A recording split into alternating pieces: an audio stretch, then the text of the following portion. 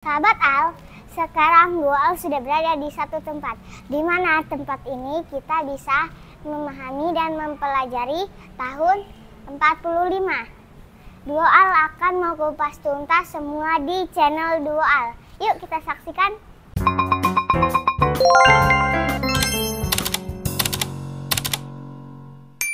Assalamualaikum, hai sahabat Al, jumpa lagi di Al. Hari ini Al sudah berada di depan Museum Juang 45. Sahabat Al, sekarang Al sudah berada di dalam Museum Juang 45. Kita akan kenalan dengan kakak yang akan memandu kita. Halo. Halo, kakak namanya siapa? Kak Zahra. Ya, Kak Zahra. nama aku Kak Zahra. Nama kamu siapa? Kak Alifa. Alifa. Sebelum kita masuk lebih jauh, kamu mau nggak dijelasin dulu tentang ini atau tentang gedung ini? Mau? Jadi kamu mau tahu sejarah gedung dulu atau mau tahu relief dulu?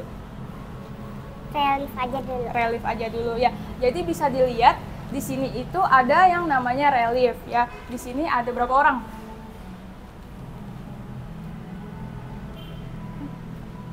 Ada berapa? 13. 13. Jadi orang-orang ini merupakan orang yang pernah belajar dan orang yang pernah mengajar ya. Jadi ada murid, ada juga guru yang pernah ngajar di asrama Menteng 31 ini gitu. Jadi sebelum menjadi museum, dulu gedung ini adalah sebuah asrama untuk tempat pendidikan politik. Dan di sini kita bisa lihat di sini ada Bapak Soekarno. Siapa Soekarno? Presiden pertama Indonesia. Dan di sini ada wakilnya yaitu Bapak Muhammad Hatta. Dan beliau ini orang-orang yang pernah mengajar di asrama Menteng 31 ini, di mana Bapak Soekarno mengajar ilmu politik, sedangkan Bapak Muhammad Hatta mengajar ilmu ekonomi. Nah, di sini ada para muridnya atau orang yang belajar di asrama ini waktu itu. Di situ ada ketuanya namanya Bapak Soekarni dan ada wakilnya Bapak Hairul Saleh. Kak, kalau boleh tahu ini ruangan apa ya, Kak? Ya, jadi di sini ada ruang tentang presiden pertama kita sama wakil presiden pertama kita. Ya, bisa dilihat di sini ada meja dari Bung Hatta. Ini adalah meja kerjanya Bung Hatta. Dan di situ ada kursi santainya. Ini tadinya nggak nyatu. Dan ini merupakan hibah. Ini barang asli. Jadi ini tuh dikasih sama keluarganya untuk dijadiin koleksi di Museum Juang 45 gitu. Nah, biasanya kursi itu dipakai sama Bung Hatta buat baca buku tentang ilmu ekonomi. Makanya tadi beliau itu ngajar tentang ilmu ekonomi. Ya. Kita lanjut ya. Nah, di sini ada beberapa koleksi. Ya, lihat nih. Tuh. Jadi ini tuh kayak penghargaan gitu loh. Kamu tahu kayak semacam medali gitu? Tahu. Ya, itu kayak penghargaan. Dan ini semua dari sini ke sini adalah milik Dr. Soeharto. Namanya emang mirip sama presiden kedua kita, Bapak Soeharto, tapi ini beda orang. Ini adalah dokter pribadi dari Bung Karno, di mana Bapak ini sudah mengabdi cukup lama sama Bung Karno, hampir seperempat abad. Dan Bapak ini juga sudah menyaksikan peristiwa penting yang menyangkut nasib bangsa Indonesia pada saat itu gitu. Dan di sini juga kita bisa lihat ya, di sini ada patung siapa? Patung Pak Soekarno. Yang mana Soekarno? Ya, yang ini Soekarno dan ini wakilnya siapa? Muhammad Hatta. Muhammad Hatta. Dan di sini ada lukisan beliau. Nah, kita kasih tahu lukisan dulu deh. Nah, ini ada tulisan pada Hari Proklamasi, di mana lukisan ini merupakan lukisan yang dibuat setelah Bapak Soekarno membacakan teks proklamasi di depan rumahnya. Nah, begini gambarannya kira-kira. Ini adalah mini diorama dari gambaran upacara 17 Agustus pada saat itu. Jadi Bapak Soekarno bacain teks proklamasi di depan rumahnya. Rumahnya di mana sih? Di Jalan Pegangsaan Timur nomor 56 Jakarta Pusat. Dan ini tuh dilakukannya pada pagi hari ya. Tuh lihat, bisa dilihat kan di situ ada upacara. Ya, jadi kita merdeka tuh di depan rumahnya Bapak Soekarno. Ya, gitu. Dan di sini ada lukisan dari Ibu Fatmawati. Tahu nggak Ibu Fatmawati siapa? Istri Bapak Soekarno. Nah, pinter. Jadi Ibu Fatmawati merupakan istri dari Bapak Soekarno yang sekaligus menjahit bendera kita. Warnanya merah putih. Dan di sini juga kita bisa lihat ada miniatur dari mobil-mobil pusaka. Untuk mobil aslinya nanti kita lihat di belakang ya. Sekarang kita lagi berada di ruangan masa Jepang. Nah, kalau kamu mau lihat di situ ada mata uang. Tulisannya berapa? 10 rupiah. Iya, jadi ini adalah mata uang pertama yang dikeluarkan sama pemerintah Jepang untuk Indonesia pada saat itu. Karena pas masa penjajahan Belanda, kita itu masih pakai mata uang Belanda namanya gulden, sampai akhirnya Jepang bikin mata uang rupiah ini. Dan di sini ada miniatur ya, maksudnya ada replika dari duitnya gitu, 10 rupiah. Iya. Gitu. Jadi ini asal usul dari duit kita yang sekarang, mata uang kita yaitu rupiah. Dan di sini ada kain bagor, di mana kain bagor ini merupakan kain yang dipakai sama orang-orang dengan kelas ekonomi menengah ke bawah pada saat itu, dijadikan sebagai bahan pakaian. Di sini juga ada seragam dari tentara peta, di mana tentara peta itu merupakan tentara yang dibuat oleh Jepang atau tentara pembela tanah air. Dan sebenarnya tujuannya ini adalah untuk membantu Jepang dalam Perang Asia Timur Raya. Nah, peta sendiri merupakan cikal bakal dari terbentuknya Tentara Nasional Indonesia atau tentara kita yang sekarang gitu. Di sini juga ada pedang, di mana pedang ini merupakan simbol Jepang menyerah kepada sekutu. Pedang ini merupakan pedang milik Angkatan Darat Jepang yang diserahkan di Kupang, Nusa Tenggara Timur ya. Ya, kita lanjut ke patung dari Bapak Ahmad Subarjo. Jadi Bapak Ahmad Subarjo ini merupakan salah satu golongan tua ya. Beliau juga menyumbangkan bait pertama pada teks proklamasi. Tahu nggak bunyinya gimana? Kami bangsa Indonesia dengan ini menyatakan kemerdekaan Indonesia. Ya, jadi beliau yang bikin nih itu. Nah, beliau juga salah satu orang yang pernah mengajar di asrama Menteng 31. Beliau mengajar ilmu hukum internasional pada saat itu. Ini ruang apa, Kak? Kalau ini ruang seputar proklamasi. Nah, kita bisa lihat di sini. Di sini ada peristiwa yang namanya penculikan, ya. Jadi waktu itu golongan muda menculik Bapak Soekarno dan Bung Hatta. Jadi Bapak Soekarno sama Bung Hatta itu termasuk golongan yang tua waktu itu. Diculik nih sama golongan muda, dibawa kemana? Ke Rengas Dengklok. Ya, penculikan ini terjadi pada tanggal 16 Agustus, ya, 1 hari sebelum Indonesia merdeka pada saat itu. Kenapa diculik? Karena supaya Bapak Soekarno sama Bung Hatta ini cepat-cepat memproklamasikan kemerdekaan Indonesia tanpa menunggu perintah dari Jepang. Karena golongan muda ini berpikir kalau misalkan kita nunggu perintah dari Jepang berarti kita merdekanya dikasih dong sama Jepang, nggak benar-benar merdeka sendiri. Jadi diculik tuh biar cepat-cepat memerdekakan Indonesia pada saat itu. Nah, terus di sini akhirnya teks proklamasi dibuat ditandatangani oleh 2 orang. Siapa 2 orang itu? Pak Soekarno dan Bung Hatta. Pintar. Nah, jadi di sini sudah dibuat teks proklamasinya dan sudah ditandatangani. Pada awalnya yang mau tanda tangan tuh ini semua, tapi akhirnya atas usulan dari Bapak Subarjo yang tanda tangan cuman Soekarno sama Hatta, tetapi atas nama bangsa Indonesia. Benar. Dan di sini ada diorama apel ya. Apel itu kayak upacara yang dilakuin sama pemuda Menteng 31 atau pemuda-pemuda yang waktu itu belajar di sini gitu. Nah, di sini ada diorama yang gak kalah penting nih, di mana ini adalah rapat raksasa IKADA di lapangan IKADA. Tahu nggak IKADA? Ikatan Atletik Jakarta ya. Sekarang lapangannya udah jadi apa? Jadi Monas. Tahu Monas? Tahu. Nah, ya dulu Monas itu pernah dipakai sama Bapak Soekarno buat rapat raksasa nih. Tujuannya apa? Untuk mengenalkan kepada masyarakat Indonesia tentang pemimpin Indonesia dan memberitahu kepada dunia bahwa Indonesia telah merdeka. Ya. Nah, kalau di sini ini ada Angkatan Pemuda Indonesia. Ini Angkatan Pemuda Indonesia ini kayak organisasi yang dibikin sama Pemuda Menteng 31 dan ini ada kegiatannya kayak kegiatan rapat gitu. Dan di sini juga ada Laswi, di mana Laswi ini tentara wanita yang bertugas untuk membantu tentara-tentara laki-laki pada saat itu. Kayak misalkan ngobatin tentara yang luka gitu, bikin makanan, jahit pakaian dan sebagainya begitu. Kalau boleh tahu ini ruangan apa ya, Kak? Kalau yang sebelah sini ada ruangan dari Laskar Putri. Laskar Putri itu apa, Kak? Laskar Putri itu tadi sama kayak Laswi. Nah, kalau Laswi namanya Laskar Wanita, kalau yang ini Laskar Putri, di mana Laskar Putri ini sebenarnya tugasnya sama kayak Laswi tadi, yaitu membantu tentara laki-laki. Contohnya, nih ada mesin jahit. Di sini mesin jahitnya ini beratnya kurang lebih 5 kilo dan ini dibawa dulu pas lagi perang. Untuk apa? Untuk menjahit pakaian tentara yang robek. Jadi jahitnya tuh masih diputar kayak gini. Dan ini dibawa, ini berat gitu. Di sini juga ada seragam mereka. Terus di sini ada tas yang biasanya dipakai sama mereka untuk bawa obat-obatan gitu. Di sini ada gramafon. Terus di sini ada apa? Alat makan mereka ya.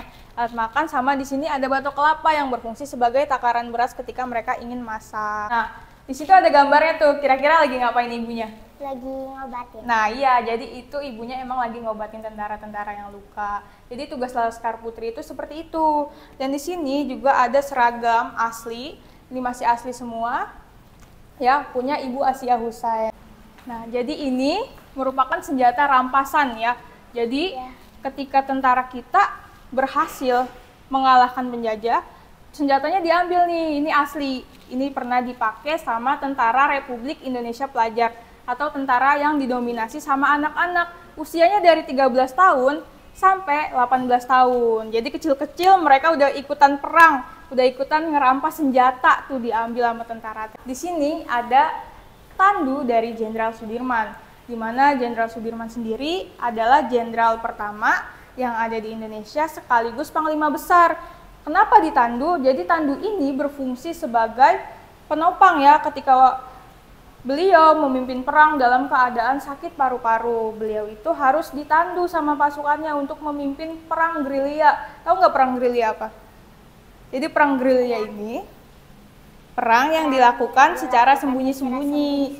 Ya, untuk mengusik atau mengganggu tentara penjajah pada saat itu. Dan di sini juga ada meja yang masih asli, ini punya tentara TRIP. Tadi TRIP apa? Tentara Republik Indonesia Pelajar. Ya, ini masih asli. Dan di sini juga kita bisa lihat di sini ada bom futong. Ya, jadi bom futong ini masih berfungsi, masih asli, masih bisa meledak juga. Nah, terus di situ juga ada bom molotov dan ada beberapa senjata-senjata yang pada saat itu digunakan sama tentara TRIP juga. Kalau boleh tahu ini barang-barang apa ya? Iya, jadi ini adalah barang-barang memorabilia dari Dr. Mustopo, di mana beliau adalah salah satu perwira tinggi TNI, dan di sini juga ada lambang dari Indonesia Muda yang merupakan kayak perkumpulan dari Jawa, karena di situ ada logonya keris gitu. Kalau keris itu kan biasanya dari Jawa ya. Nah di sini juga ada helm militer yang iniin milik sekutu ya. Jadi ini milik sekutu ya, milik Amerika. Dan kemudian di sini ada barang-barangnya Dr. Mustopo juga, dan ini asli, ini dikasih sama keluarganya Dr. Mustopo. Kemudian di sini ada memorabilia dari Van den Bosch ya. Van den Bosch itu apa sih? Van den Bosch ini tentara KL. KL itu tentara dari kerajaan Belanda pada saat itu. Dan di sini bisa lihat ada beberapa pangkatnya, terus nih ada tempat minum, ini kaos kakinya juga ada. Di situ juga ada majalah yang berbahasa Belanda. Ya, jadi ini punya tentara kerajaan Belanda. Tuh. Nah, kalau kamu mau lihat proses perang gerilya tuh kayak gini kira-kira gambarannya. Dan di dalam tandu itu siapa kira-kira? Jenderal Sudirman. Ya. Jadi ini adalah lukisan tentang perang gerilya yang dipimpin oleh Jenderal Sudirman pada saat itu. Nah, di sini ada lagi nih. Nih, ini yang namanya Dr. Mustopo. Ini juga sama perlengkapannya. Punya Dr. Mustopo. Di situ ada topinya, ada tempat untuk senjata dia, dan juga sini ada topi. Nah, kalau ini ruang apa, Kak? Nah, kalau ini adalah ruang mobil pusaka, di mana di ruangan ini ada mobil presiden pertama milik Bapak Soekarno, dan ada mobil dari wakil presiden, sama satu lagi ada mobil peristiwa Cikini. Nah, kita bisa lihat dulu di sini ada yang namanya mobil Rep 2 punya Bung Hatta ya, di mana mobil ini bermerek DeSoto. Mobil ini merupakan mobil jenis sedan limosin buatan Amerika keluaran tahun 1938, di mana mobil ini 1 tahun lebih tua daripada mobilnya Bapak Soekarno. Mobil ini hadiah dari pamannya, namanya Johan Johor. Jadi pamannya ini pengusaha, terus dia ngasih mobil ini buat Bung Hatta dalam membantu tugasnya sebagai wakil presiden Indonesia pada saat itu. Nah, mobil ini dulu pernah hilang dan menjadi angkutan umum. Tahu angkutan umum nggak? Tahu. Ya, ini mobil pernah hilang, pernah jadi angkutan umum, sampai akhirnya mobil ini ditemukan kembali dan diserahkan kepada DHN 45 untuk dijadikan koleksi di Museum Juang 45 ini. Nah, di situ kita bisa lihat ada mobil Rep 1. Nah, jadi ini mobil Rep 1 punya siapa kira-kira? Pak Soeharto. Ya, ini punya Bapak Soekarno. Di mana mobil Rep 1 ini merupakan mobil buatan Amerika juga, bahannya dari plat baja, jenisnya sama, sedan limosin juga, tapi mereknya beda. Ini mereknya Buick ya. Nah, mobil ini merupakan hadiah dari sahabatnya Bapak Soekarno, namanya Bapak Sudiro. Jadi ada cerita lucu di balik mobil ini. Jadi Bapak Sudiro pada waktu itu, beliau belum mengambil gajinya nih 5 bulan. 5 bulan gak diambil, akhirnya Bapak Sudiro ambil gajinya. Pas Bapak Sudiro ambil gajinya, Bapak Sudiro itu lewat di kantor Departemen Perhubungan Jepang. Terus beliau ngeliat ada mobil bagus nih, parkir di belakang kantornya. Pas Pak Sudiro samperin, ternyata ada supirnya. Supirnya orang Indonesia, namanya Bapak Ngadiman, orang Kebumen ya. Pas itu, Bapak Sudiro ini ngerayu supirnya buat ngasih mobilnya ke dia untuk dijadikan sebagai mobil presiden dengan iming-iming uang. Tadi gajinya selama 3 bulan akhirnya dikasih ke Bapak Ngadiman ini. Dan Bapak Ngadiman menyerahkan mobil ini ke Pak Sudiro. Sampai akhirnya mobil ini dibawa oleh Bapak Sudiro ke rumah Bung Karno untuk dijadikan mobil presiden pertama pada saat itu. Nah, di sini ada satu mobil yang paling panjang. Nah, ini namanya mobil peristiwa Cikini, di mana mobil ini menjadi saksi bisu percobaan pembunuhan pertama Presiden Republik Indonesia pertama juga, namanya Bapak Soekarno. Jadi waktu itu Bapak Soekarno nganterin anaknya presiden kita yang perempuan satu-satunya siapa? Bu Mega. Bu Mega, iya. Jadi waktu itu Pak Soekarno datang ke sekolahnya Bu Mega untuk kegiatan. Tapi waktu itu juga ada orang yang nggak suka nih sama Bapak Soekarno. Terus melakukan percobaan pembunuhan dengan cara melempar granat. Nah, kalau mau lihat di situ ada bekas penyoknya tuh. Itu asli kena granat. Nah, ini merupakan mobil plat baja, jadi kuat ya. Nah, di situ ada penyoknya, itu masih asli. Dan dari peristiwa ini ada sekitar 48 orang terluka dan 10 orang meninggal dunia. Tapi pada saat itu Bapak Soekarno aman karena udah turun dari mobil gitu. Jadi mobilnya cuma rusak sedikit karena mobilnya kuat gitu. Dan mobil ini merupakan hadiah dari Raja Arab Saudi, dan mobil ini adalah buatan Amerika dengan merek Imperial. Nah, kita sekarang udah ada di depan nih. Tadi kan kita udah ngelihat koleksi-koleksi yang ada di Museum Juang 45. Nah, di sini juga kita bisa ngelihat koleksi itu sendiri pakai ini. Jadi ini adalah sarana-prasarana interaktif yang disediain sama Museum Juang 45 untuk para pengunjung. Kamu mau coba? Boleh? Kita mulai ya. Nah, di sini kita bisa lihat ada gedung Juang 45 ya. Kalau mau di zoom juga bisa kok. Nah, di sini ada ruangan-ruangannya nih. Nih, mulai dari pendahuluan perjuangan, Pemuda 31. Nah, pencet ini. Nah, kamu mau lihat reliefnya siapa? Tadi kan udah dijelasin tuh ada relief, ada orang-orangnya. Kamu mau lihat punya siapa? Punya SK Trimurti. Pencet. Nah, di situ ada penjelasannya tuh, relief yang menunjukkan sosok Sri Kustina Trimurti. Jadi SK Trimurti ini adalah istrinya dari Sayuti Melik, adalah orang yang mengetik teks proklamasi pada saat itu. Terus mau lihat siapa lagi kira-kira?